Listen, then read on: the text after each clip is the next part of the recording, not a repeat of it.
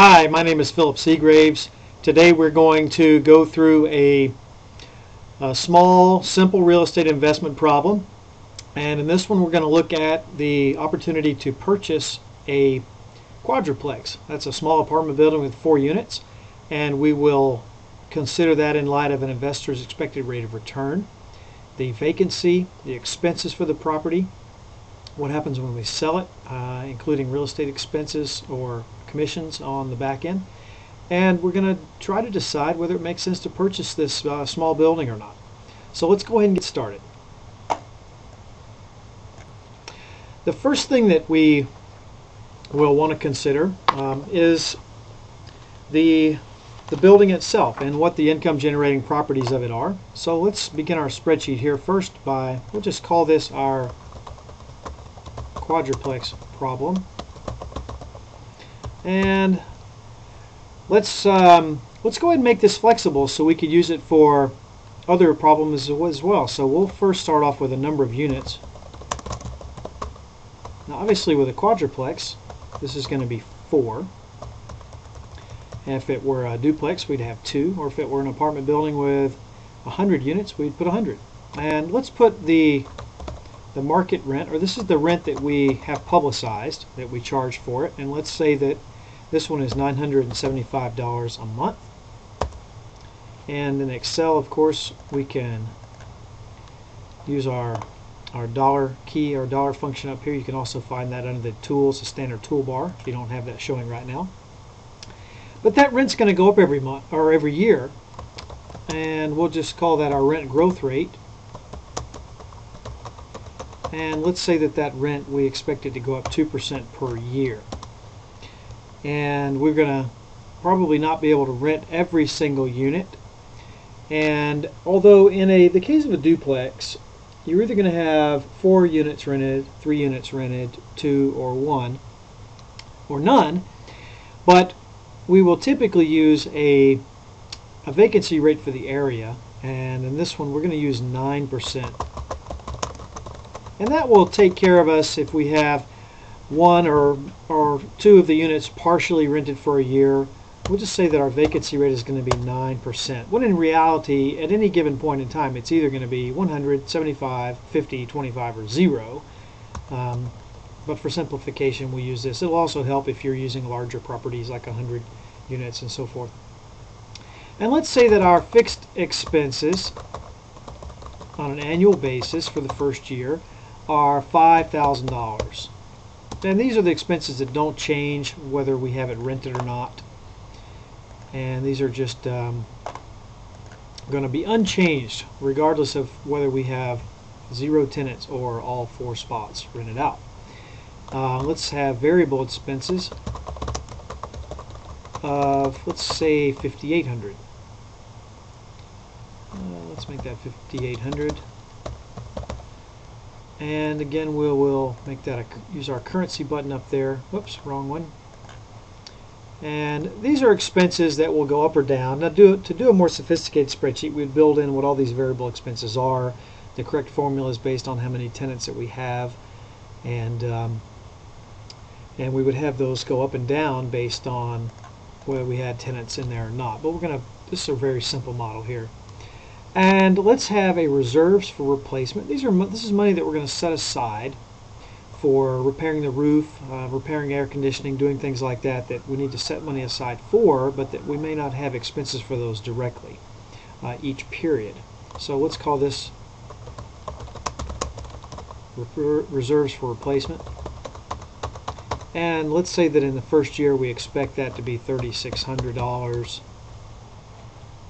And I did that current currency, but if I want to be consistent with all of them, I'll go ahead and use the currency button. And let's say that our fixed expenses are going to grow at a rate of 2.5% per year. And let's say our variable expenses are going to grow at that same amount.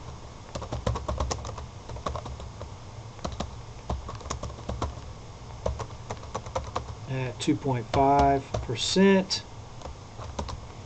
And what we're going to have that we need to increase those reserves a little bit every year too. And let's have our reserve growth rate. Let's increase that at 3%. And we are going to also assume that this property is going to go up in value.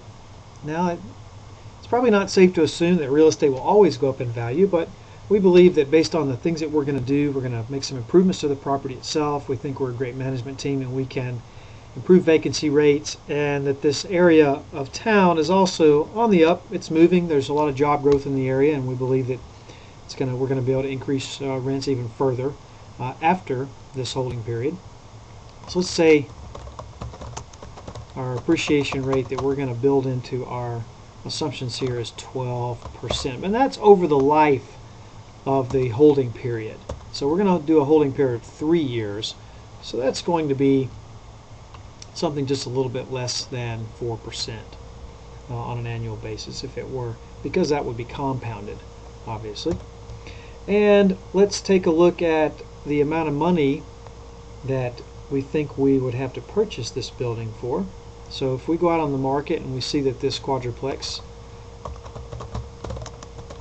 we think we can negotiate a price on this building of $325,000. And we've called our banker, and we believe that based on the conversation with the bank that we can get a loan of 75%. So our loan to value is 75%, and that would mean a loan amount of, we're just going to say equals 75% times the 325 would give us a loan amount of $243,750. And we're going to say that let's say that the banker says our interest rate on the mortgage is, let's say that we're able to negotiate 7%. This is on an annual basis. So what would our monthly loan payment be?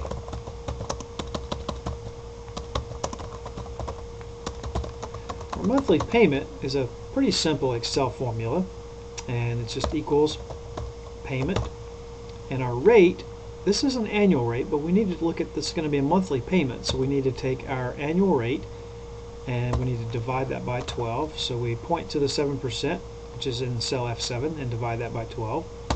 The number of periods, we're going to do a 30-year loan, so we're going to say 30 years, and again that's years, so we have to multiply that by 12. And the present value of that loan, which is the amount we're borrowing, is this $243,000. So we're going to just, and that tells us that our payment is $1,621.67. And just in case we want to change that loan period, let's go ahead and put a value down here, and we'll put that 30 in, and then I'm going to edit this formula, and instead of that 30, which I have in right there, I'm going to just point to this cell down here. That way if we wanted to change it to 15 or 25 years, we could do that. It's nice to build your spreadsheet so that you can make changes to these values. And I like to also highlight values or put some sort of symbol that will let me know that things are calculated. So let's put, could also color code that. Something I often do is color code the values that are input values and leave the other ones so that they're not color coded. That way you know I'm going to key data into all the cells that are yellow, for example. Alright, let's work our way down. Now what else would we need to know? Well, we're going to depreciate this building as well. Now we know that residential buildings we can depreciate, if these are commercial buildings, over 27.5 years.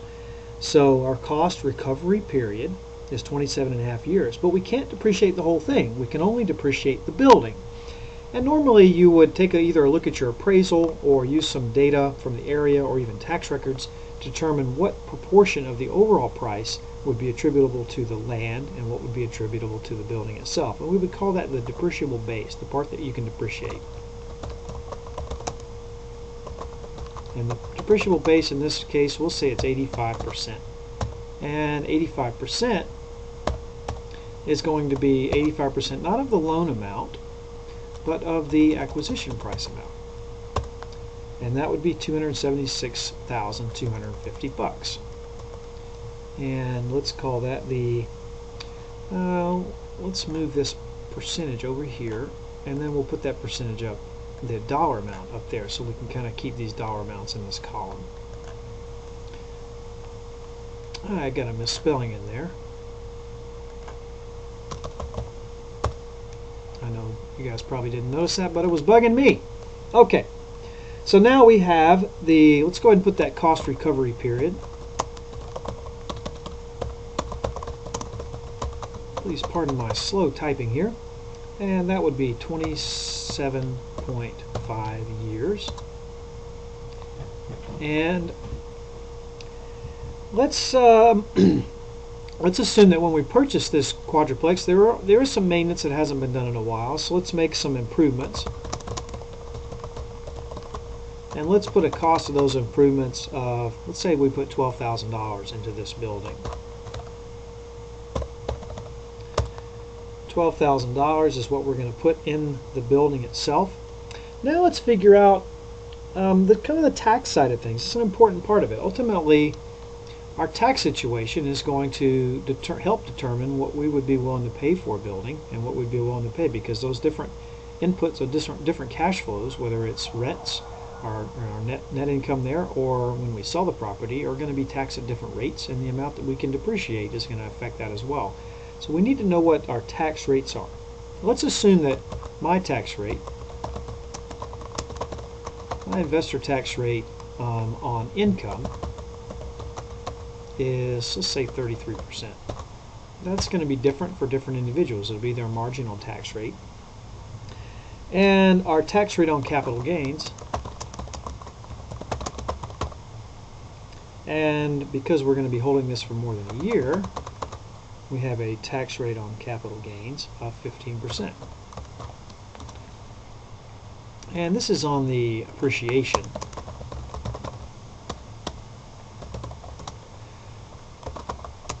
Now we also will recapture the depreciation. So we got to pay taxes on the depreciation when that comes back when we resell the property. We're going to be writing it off as we go all the first 3 years as we pay our taxes, but then ultimately, if we sell the property for a profit, we've got to recapture and pay taxes on that depreciation. We've gotten the benefit of writing it off as we go, but ultimately, we do have to pay tax on those gains.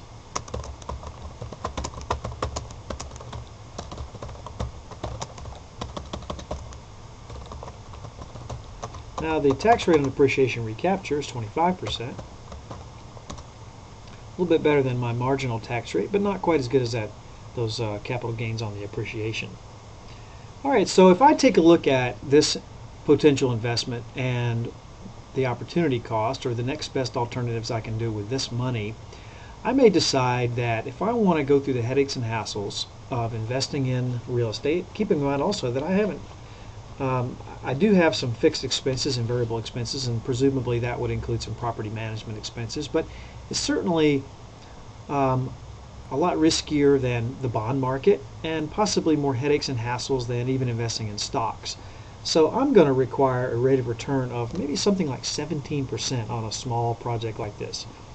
Now others may only want 10%. Some others may require 30% rate of return to invest in a quadplex. That's going to be up to every individual investor, but I'm going to put 17%.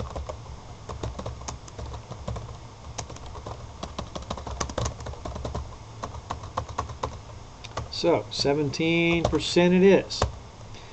Okay, now when I sell this thing down the road, I'm going to sell this thing at the end of the 3rd year. I'm going to have to pay commissions and maybe some legal expenses and so forth. And let's say those total up to 6%.